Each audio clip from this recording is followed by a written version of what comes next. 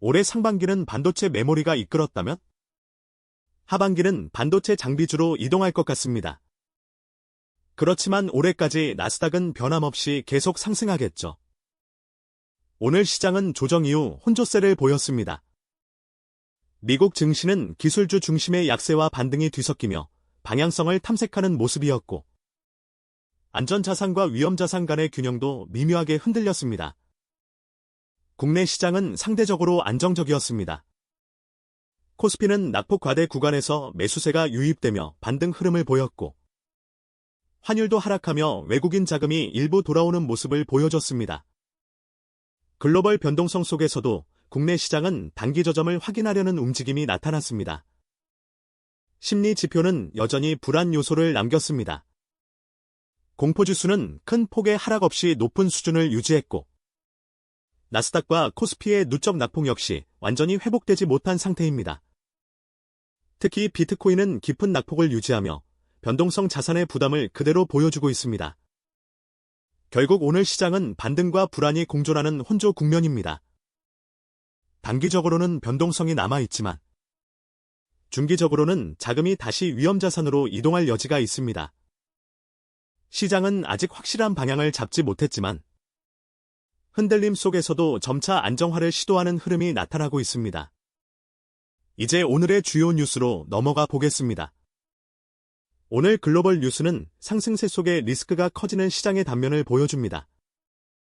미국 증시는 차입금 비용이 높아지며 유동성 부담이 커지고 있고, AI 지출이 월스트리트의 구조를 재편하면서 기존 성장 동력이 흔들리고 있습니다. 표면적으로는 상승세지만 그 이면에는 자금 조달 비용과 기술 투자 효율성에 대한 우려가 자리하고 있습니다. 한편 지정학적 변수는 시장의 단기 방향을 바꾸고 있습니다. 미 이란 긴장 완화 소식과 평화협정 이행으로 유가가 상승했고, 이로 인해 에너지 섹터가 강세를 보이며 주요 지수의 상승을 견인했습니다. 다우존스는 사상 최고치를 경신했고, 나스닥은 2% 이상 반등하며 단기적으로는 위험자산 선호가 다시 살아나는 모습입니다. 하지만 경제의 근본적인 불안은 여전히 남아 있습니다.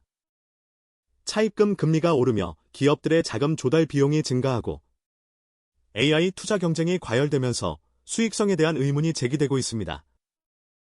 고용 데이터는 안정적이지만 소비와 투자 모두 둔화 조짐을 보이고 있습니다. 결국 오늘의 뉴스는 상승과 불안이 공존하는 시장을 보여줍니다.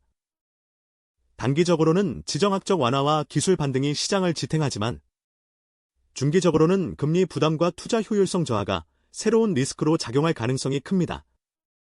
시장은 상승 중에도 긴장감을 잃지 않고 있습니다. 이제 미증시 섹터별 주도주 확인해 보시죠. 오늘 미국 시장은 기술 중심의 강한 반등세를 보였습니다.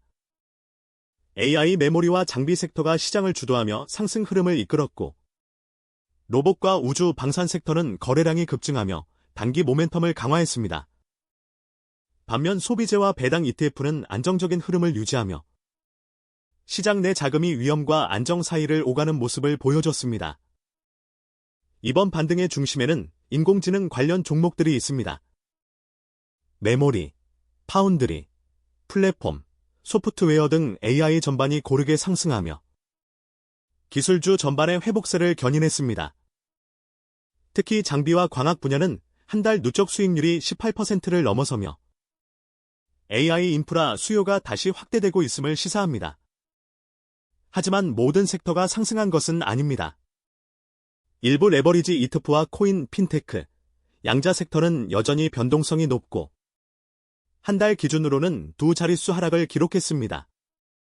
이는 시장이 단기 반등을 시도하면서도 중기 리스크를 완전히 해소하지 못한 상태임을 보여줍니다. 결국 오늘 시장은 기술 중심의 강한 반등과 리스크 자산의 불안이 공존하는 구조입니다. 단기적으로는 AI 섹터가 시장을 이끌겠지만 중기적으로는 거래량과 자금 흐름의 안정이 필요합니다. 시장은 상승 중에도 균형을 찾으려는 움직임을 이어가고 있습니다. 주요 섹터 분석하기 전에 제가 추구하는 분석에 대해서 짧게 공유드릴게요. 2022년 나스닥 -33% 하락장의 TQ 차트입니다. 당시 TQ 기준 마이너스 80%에 육박하는 하락을 보여준 큰 하락장이었습니다. 캔들 밑에 하늘색 별 보이시나요? 완벽한 바닥은 아니지만 유의미한 바닥 근처에서 총 5차례 신호를 주었습니다. 그럼 우리는 이와 같은 경우 어떻게 대응해야 할까요? 분할 매수로 대응을 하되 비중 조절하셔서 하면 큰 수익을 볼 수 있겠죠? 이제 주요 레버리지 이득표인 TQQ와 소스를 분석해 볼게요. 우선 TQQ부터 빠르게 보겠습니다. 오늘 TQQ는 조정 이후 반등을 시도하는 흐름을 보였습니다. 주가가 2151선을 계속 터치하면서 강력한 지지 모습을 보이고 있습니다. 2101선 역시 완만한 상승 흐름을 이어가며 장기 상승 구조를 유지하고 있습니다. 즉, 가격이 흔들리더라도 전체 방향은 여전히 위쪽을 향하고 있습니다. 거래량을 보면 조정 구간에서도 매수세가 꾸준히 들어오고 있습니다. 특히 거래량이 급증한 캔들은 조정이 끝나면 다시 반등이 이어질 가능성을 보여줍니다. 시장 참여자들이 빠져나가는 것이 아니라 오히려 눌림목을 기다리며 매수 대기 중이라는 신호입니다. 차트에 표시된 분할 매수 타점은 과거 반등의 출발점과 유사한 위치에 있습니다. 2151선 근처에서 반복적으로 매수세가 유입되고 있으며 이는 기술적 지지선이 여전히 유효하다는 의미입니다.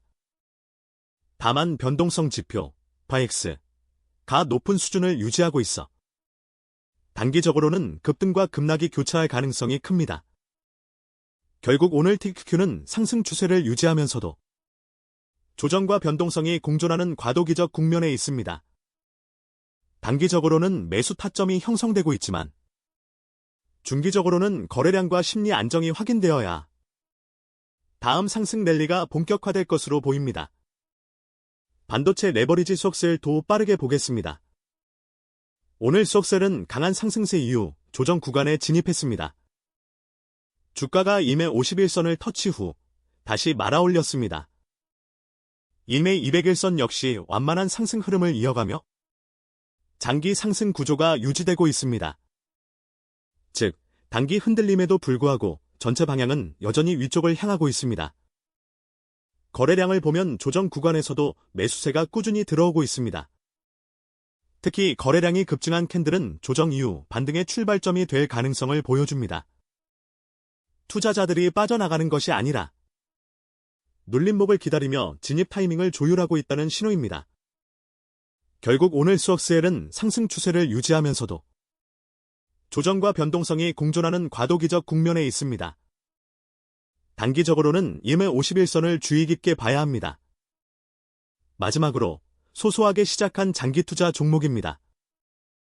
벌써 시작한 지 10일째가 되어가네요. 오르거나 내리거나 매일매일 분할로 매수하니 심적으로는 편한 부분이 있네요. 이 투자 방법이 얼마나 수익률이 나올지 저도 잘 모르겠습니다. 저와 함께 소소한 장기 투자도 같이 해보시죠. 앞으로 5년 뒤 또는 10년 뒤 우리의 목표는 심플합니다. 경제적 자유. 지금까지 시청해주셔서 감사합니다.